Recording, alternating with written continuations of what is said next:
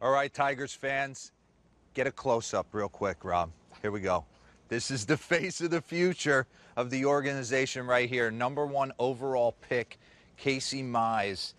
And I want to ask you, first big league camp, what's like your biggest takeaway so far, following around and watching some of the veterans go about their craft? Man, they're really detail-oriented. You know, they're all individualized as well. They all have their own set thing they need to do to prepare each day and to recover after each day. So I've been trying to pick up on things that they've been doing and trying to incorporate that into what I do, because obviously they've done it for a lot longer at the highest level.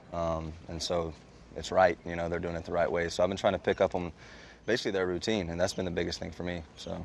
But I've been reading up on some articles where the one thing that has blown away everybody about yourself is you showed up to spring training. It's almost like you're a veteran. You kind of have a routine set in place early into the yard, one of the last guys to leave, so you're kind of setting by example before you're even on the roster. Yeah, so at Auburn we had a really good staff and really good people I was around, and they kind of laid that foundation for me, I believe. You know, they kind of expected a lot from us, and I started to pick up on things from coaches and from players I played with about, you know, how to prepare for each day and, you know, what it takes to really be successful. And if you're showing up 5 minutes before stretch, you know, that's not going to cut it. You know, you're going to have to stretch before stretch and, you know, hop in some hot tubs, and you're going to have to stay longer to recover, to prepare for the next day. So there's a lot that goes into it other than, you know, what time you got to be at the field. So there's a lot of things that I do to prepare that are just, you know, a lot of people might not agree with it. A lot of people would. I really, you know, don't know, but it's just things that I feel like I need to do to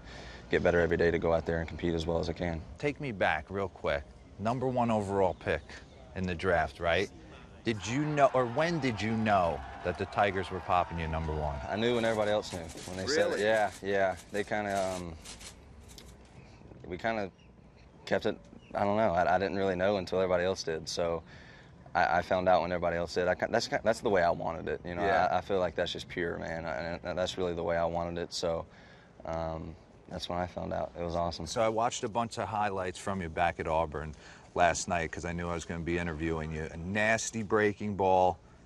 I mean, obviously, huge gas and a nasty split. But then I also read you got deep into the Rapsodo, the Edgetronics, and wanted to create a new pitch coming into spring training. Can you take me inside that? Yeah, so the slider last year that I threw in college, it just wasn't that great of a pitch. You know, it's something I threw early in counts just to get ahead, but it wasn't a wipeout breaking ball that I could strike people out with. And so I knew I wanted to bring that up to speed with my other pitches.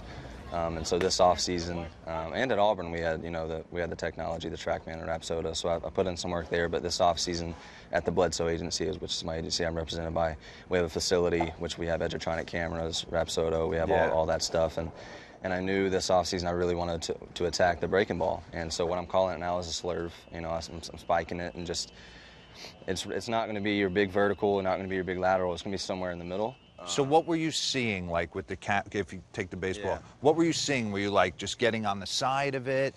You know, it's just, honestly, I was looking at the numbers, and it's just super inefficient. It wasn't spinning any. Really? It's just like, it's just kind of just rotating, but there's no real, it wasn't consistent. It's just, there's not a real plan to the pitch, and it was getting inconsistent kind of feedback on the break. So do you go and watch video of a Roy Halladay, a Verlander, and see where, or do you just kind of dive into the...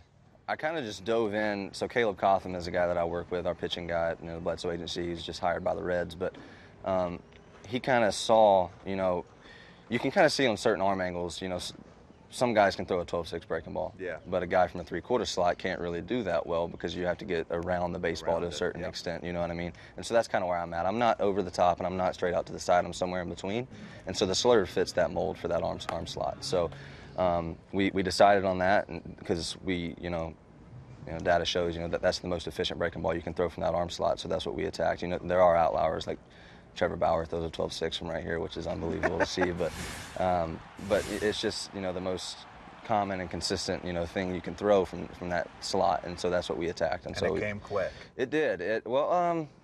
Not as quick as you'd think, but I've thrown some good ones and I've thrown some bad ones. I'm kind of still trying to shake out the inconsistencies, but, you know, I've got the grip and I've got the rotation that I want, so it's kind of just trying to get more consistent with it.